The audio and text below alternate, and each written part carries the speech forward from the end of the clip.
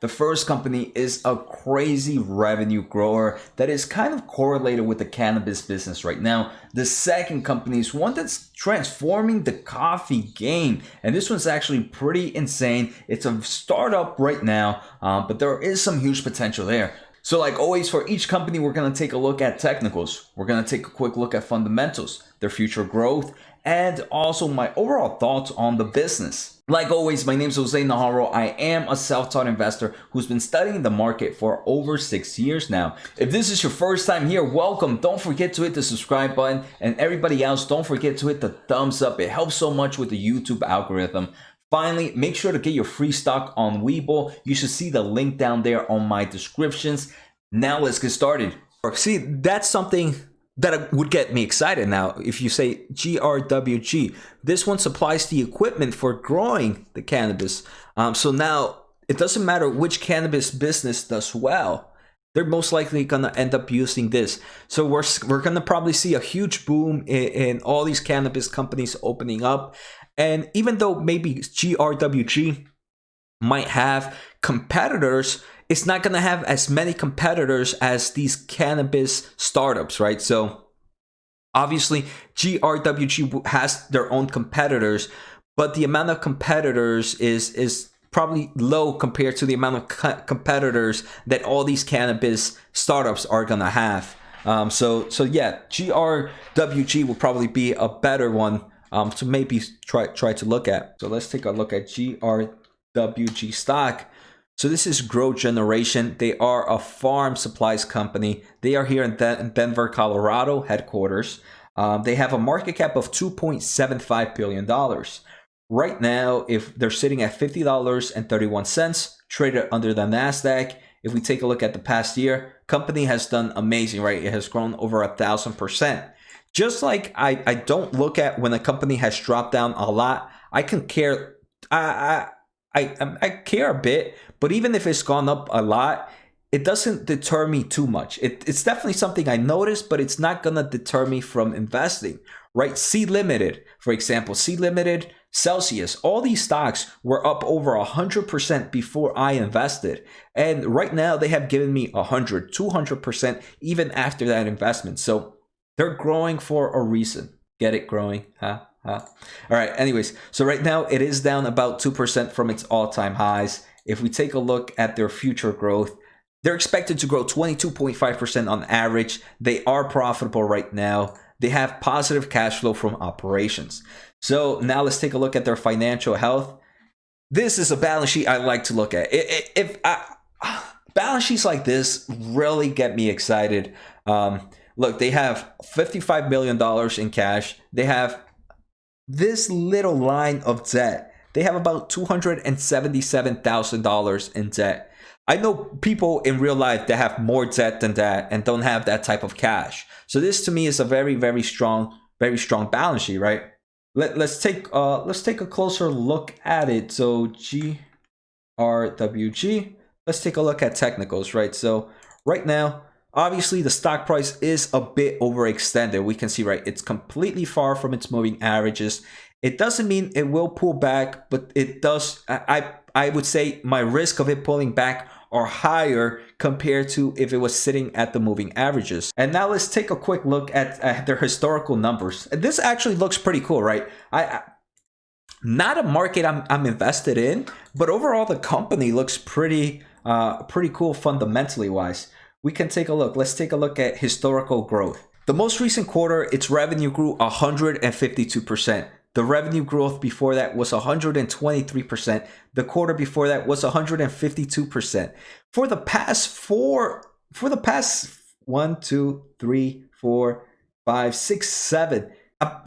7 quarters, this company has grown its revenue for over 150% each time. This to me is like the Zoom of cannabis. You know how Zoom is growing at crazy levels? I would say this is the Zoom of cannabis. If we take a look at trailing 12 months, the company has decent gross margins, 26%. I want to take a quick look at their products. I'm pretty sure they do a lot of hardware stuff, or actual physical materials. So that's why their gross margins are like that. But look, they just reached profitable margins. If we take a look at trailing 12 months, this to me is the process of a growth company, right? You start off with negative earnings, you start uptrending and uptrending until eventually you become profitable. So that's why I'm not too worried if a company doesn't make money right now. What I am worried about is how much money they're making from their cash flow from operations. And if we take a look at trailing 12 months, it seems they were not making much money from their cash flow from operations for some time. They're still kind of on the negative, but in the trailing 12 months, they have an operating cash flow margins of 1.6%. I would wish this was a little bit higher, but remember, they had a very, very strong balance sheet, so that can kind of help me overlook this, right? So that's the great thing about a company having a great balance sheet. It can kind of help you overlook some of the negativity in the stock. And now I just want to take a look at what are some of their products. So where the pros go, it seems like they have all types of products, right? They have your lighting, they have your tents, your packages, your nutrients, your whatever you need for your water, your greenhouse, your tents. So they're pretty, it seems like they're the Amazon or like the Home Depot of plant growing, right? So that's what it looks like. It looks like a Home Depot, for farmers of all kinds. And let's just maybe take a look at their investors relationship. They might have a presentation, right? So this is what I like to look at. I like to look for a presentation. We're just going to do a quick overlook to see what they're doing. Again, right? This is not, obviously, it's not, they're letting you know it's not only for the cannabis business. It can be used for any type of plant that you want to grow, any type of vegetable or anything. So their key products are nutrients, the nutrients, the lightings, the growing media, and the environmental controls. So that's pretty cool. They are the largest chains of hydroponic garden centers in the United States. They have 28 locations in 10 states. So now they're only in 10 states. Maybe soon they're going to start expanding into more states. They are operating an e-commerce store and is developing into an omni-channel sales approach for all locations. If I may be honest, their website was a little bit weak, and you guys know how I feel about weak websites, right? If they're e-commerce, like, come on, look like Home Depot. This kind of sucks. I mean, you can make this website a bit better and probably get more sales with it. So definitely, they could invest on a better website for sure. Let's take a look at what else they have. So this is the team. They have strategic advisors and backings by the senior strategic advisor is the former CEO of Home Depot. Hey, this is the second time in a row where I kind of mentioned something in yesterday's episode. I mentioned something and that company was there. Today I was just talking about Home Depot, and look, the former CEO of Home Depot is actually a strategic and advisor planning. I'm telling you, I'm the greatest investor alive. So here it kind of tells you about the markets they're in, and it shows you where their stores are in. So right now, they're pretty much in the stores where marijuana is legal. So once these other states might become legalized, right, these can grow more stores. So I can see a potential in this. Now, this is a company I can see potential in. So right now, most of their product mix are consumables, and then they have non-consumables. Non-consumables make up 40% of their revenue, and that's like the lightings, the environmental control, the integrated system for their watering systems. But most of it are consumables, which is nutrients. So these are the things that you feed your plants. And why is this important, right? This is important because consumable is a product that they're gonna have to buy every so often. So if this is a product that keeps going down, like they keep using, they're gonna have to keep coming back and purchasing more. Non-consumables, right, kind of suck because lighting, unless your lights break or unless you're expanding, there's no real reason for you to buy more lighting or more environmental control. So it is pretty good that, hey, their consumables make up a huge portion of the company's revenue. And I'm pretty sure they have like a subscription base. Here they kind of mentioned they have kind of reoccurring revenue with consumables. Maybe some people might buy nutrients every 3 months, and that's more of like it becomes more like a subscription deal, even though it really is not. So here, big opportunities in private label markets. Grwg Generation launched a private label program to improve its margins and consumer and customer offerings. Would private label not hurt the business? James, that's I'm not sure. To me, a private label, it means they're doing everything in-house. So it means they're gonna they don't have to pay too much. They don't have to pay too much for the people that are making their products, right? What would probably be, yeah, like an in-house brand, exactly. James, that's more like an in-house brand. So you know how Amazon, right? Amazon sells all their Alexa products. They also sell the Google products, but they make more money selling Alexa products just because they are the in-house brand. In-house brand, that's definitely the market. So they have omni-channel offerings. They acquired an e-commerce operation, heavygarden.com, and rebranded it as GrowGen Pro. Shopping and ordering is available 24/7. I'm hoping. Curbside pickup. Site provides educational content for growers. That's actually pretty cool, right? So this is something I'm liking a lot. Like, so we saw, right, a lot of people are excited about this cannabis business, right? So we're going to start seeing a lot of cannabis startups starting up. So they're probably going to come to this website, and if this website provides educational content for them, some of these Grwg Generations are going to be like, yes, I use this product to do it. Make sure to order this product right now while we're here. So it's going to definitely push. It's going to push for more sales as this startup. So I can definitely see the growth in this company. Again, not a market I'm in, but overall, I can, at the end of the day, I can understand the business, right? And I think that that helps me really become a great investor or a decent investor. Let me not call myself a great investor, a decent investor, that I can understand the business. I can kind of see where that business can grow from there and the type of consumers it can attract with it. So even though it's not a market I'm in, I can understand why they're doing certain things, and I can understand why what they're doing can really help out. Same store sales are growing dramatically. Revenue growth is also increasing.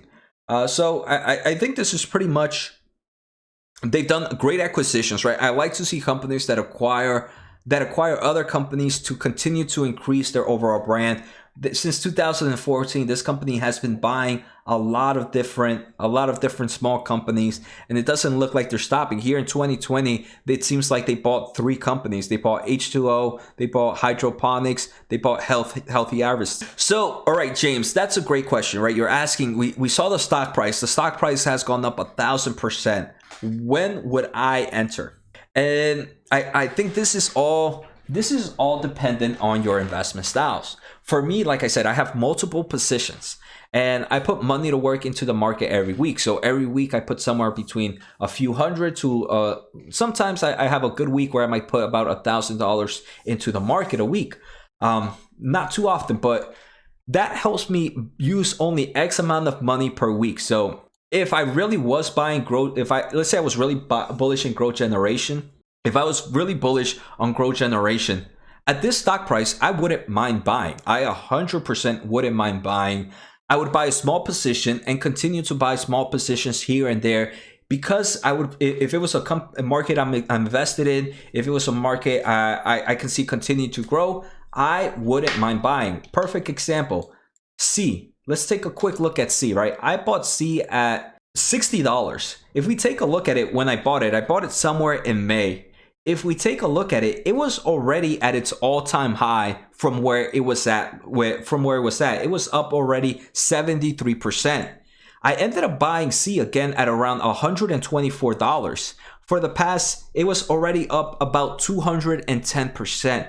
So even though the company has gone up a lot, that doesn't deter me. It kind of just makes me maybe be a little more protective or a little more risk adverse. So hey, Banana, welcome. So would you mind looking at NSNF, please? We can definitely take a look at that one for sure, Banana. All right, so Banana, that one seems pretty cool. It's a company that makes filters for coffee, and they are degradable. You know, Banana, this is your first time here, and I'm liking it. I'm liking you being here. So I like it when you tell me the company and at least what they do to get me a little pumped up. And yeah, bananas. I do believe, right? A lot of people are trying to go green, and I definitely see that happening in a lot of households as well, and a lot of friends and friends that previously were not thinking of stuff like that. I do feel as time progresses, they're kind of moving more into that. Very similar to the EV vehicle, right? I mentioned it in yesterday's video, in yesterday's or Sunday stream that some of my friends that weren't thinking about ever having an EV car are now talking about it. So it sometimes a technology can be great, but it's definitely the business, right? The technology can be great, but until consumers are ready for that product, a great product, until consumers are ready for that product, the business is not going to skyrocket. And I feel like right now we're kind of getting into that transition of people moving more into this green business. And I still believe we're in the early innings of this. And I think we're still in the early innings of this kind of green transaction or transitioning that even in the next year or two, it's still going to be a good growth business wise for stocks and for assets. NEXNF stock company called Nexe. All right, so Nexe Innovation, we're also going to look at that. So first, what I like to look at, bananas, is first let's take a look at the stock, just to see where it's going. So right now, it is traded over the counter. So if you have Fidelity, you can probably find it in Fidelity. Right now, let's take a look in the past year. So this actually, is this a recent, a new company? Right now is showing me not much stock price movements. The first price here in NESNF was in December 22nd. So that might be the first time it became public in the America, in the over-the-counters, but maybe here we can find it in TSXV. No, so this is actually a pretty brand new company, right, Banana? It seems like they recently IPO'd. They IPO'd in December. All right, so it's definitely a brand new company. So right now, from its IPO price, it is up 12%.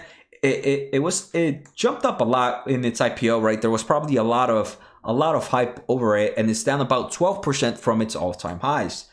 So now let's take a look if we can get some information in Seeking Out and Simply Wall Street.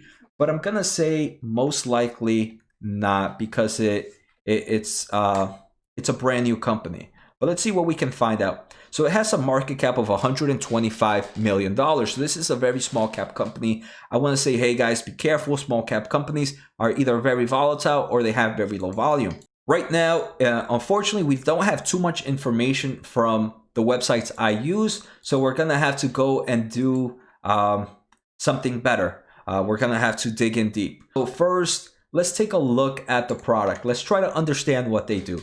So the company is called Nexe Innovations. So Nexe is pretty much, it's a full plant-based coffee product. So introducing the Nexe Pod, it's compatible with the leading single-serve coffee format machines. It's non-toxic. It's fully compostable in as little as 35 days. There's 5 years of science backing, and there's more volume capacity versus the standard single-serve capsules. So again, this is something my wife, she kind of hates the current pods because it's very hard to make them some form of recyclable, right? I know right now you have to like kind of, there's certain ones that you have to take off the filter, and then you got to throw away the filter, but you can kind of recycle the other part. So this is pretty much one that you don't have to do that anymore. So this is their main product. Now let's try to look at their investors' relations. So they only have one product. Unfortunately, that's all they have, right? So, oh my God, Farmer, how are they trying to ban coffee? Oh, they're trying to ban coffee cups in Ireland. I thought you meant coffee in general. And it's weird to say I'm not a coffee drinker, but I'm definitely not a coffee drinker. So one thing I'm seeing though, right? We only have one product right here. So with this one product, I put on my Shark Tank hat, right? So what would Mr. Wonderful say here? And I know what Mr. Wonderful would say here. Mr. Wonderful would say, this is a product that is perfect for licensing deals. This is a product that you go to whoever is the leading coffee maker pods right now and be like, hey, this is a way for you to get into the green industry. So this is definitely a product that can be very that can be licensed. So I can see the potential of that in here. So let's take a look at their presentation and let's see what they have for us. So in the presentation, this is pretty great. This is a recent presentation. It came out December 29th of 2020, so about a week ago. And if you guys ever want to learn about a company, right, the best place is the investors relationship website. They kind of go about their commitment, how this is plant-based, how they got into creating this product. So today, the Nexe pod for K-Cup, so K-Cup is one of those big, the big brands right now, is being commercialized with plans to rapidly scale 220 million pods. Nexe is aiming to develop other plant-based innovations in other verticals using the many lessons they learned over the 5 years. So that's actually pretty impressive. Are they saying that, hey, we've learned a lot about compostable plant products, that there are other markets we can kind of see us moving forward into, and we're going to take everything we've learned about in the past and kind of devote into those products. So obviously the coffee market is one that's going to be growing dramatically. You have coffee fiends. Some of you guys here are probably drinking coffee right now, that are going to make this company make a lot of money. So this is pretty cool. And this is why I enjoy, right? And now I'm getting excited. This is why I enjoy looking at companies here. So when you look at investors relationships website or their presentations, they kind of talk about the products that they're using. And look, the manufacturing technology, we're seeing 3D system, 3D printing. So these, if one wants to look at, if one wants to study new companies, this is the perfect place, right? You kind of learned about 4 new companies in the manufacturing technology. I'm pretty sure this is most of these are 3D printing companies. We're also learning about companies in advanced materials. So maybe these are some plant-based companies that are producing or trying to or making these type of materials. So if people want to learn about it, this is a great place to do it. So over here, they're talking about the global plastic crisis. 9%, less than 9% of plastic is recyclable. There's crazy amount of things. Next, let's just take a quick look. So this is pretty, all right. So now we're understanding more the market. So 50% of all coffee is consumed via coffee pods. Obviously my wife, maybe some of you guys might be getting, drinking your coffee via these pads. And this market is growing about 8.5% per year, compounded growth. The problem is, why hasn't there been a smart non-plastic coffee pod that has emerged as the category killer? So the first thing is engineering, right? Engineering has been very difficult to breed. Compromised taste, okay, and the toxic. It seems to be a toxic material to do that. So obviously Nexe has done all of that already. So this tells me, right, so by them showing me this, it kind of tells me that, hey, this is a market that's very hard for new startups to just come into. They have to do this engineering, this challenging engineering. They have to pass these form of toxic tests and studies that need some certification. And so those two are kind of like moats. They kind of protect this business. So let's take a look. So right now they own 100% of the facilities. Our 100% owned facility allows Nexe to begin to address the rapidly growing demand for plant-based alternatives to plastic. Pretty great, right? So it seems they have their own facility right now to create all these products, to do research and development and all that. Now let's take a look at numbers. So their competitors, the single-use capsule industry is expected to reach annual consumption of 50 billion in 2020. So I want to take a look at some numbers now. I understand the business. I can see the growth. Now what I want to see is their market based. So available cash, they have about $17 million in cash. That's great. So let's remember that number. Can someone write that down for me on the chat, just so I can remember that? Maybe they might talk about some of their debt later on. Actually, no, they don't talk about it. So they didn't talk much about the revenue growth. They didn't talk too much about the type of debt they had. The only thing they showed is that, hey, they have about $17 million in cash. I'm guessing this means they have no debt right now, and no real revenue growth at the moment. So they are in very early stages. Bananas, hopefully you're still here. This one actually, it seems pretty cool. So unfortunately, Bananas, not too much on their fundamentals, right? I can see the market. The market is strong. Maybe let's take a look. I just think it's too early. It seems like they just kind of produced this new product. So this is such a early state, such a company at an early state, that there's not too much fundamentals. but I can definitely see this market growing, and I'm actually pretty happy you showed me this company. This is one. Thank you guys so much for enjoying this content. If you made it this far, you would also see that this is part of my most recent Twitch stream. You guys can find me streaming on Twitch every Mondays and Tuesdays at 8:30 at night Eastern time. You can also find me on Sundays, or maybe sometimes Saturdays, a random weekend, around 8:30 in the morning, around 8:30, 9 o'clock, 10 o'clock in the morning. I usually post on all my socials. You should see all my social links down below. Make sure to join my Discord channel. It's free to anybody that wants to join. I post every time I buy, I post every time I sell, and we have a great community there right now. Like I said, follow me on Twitch. The link should be down below on the descriptions. So take care, guys. Have a good night and see you next time.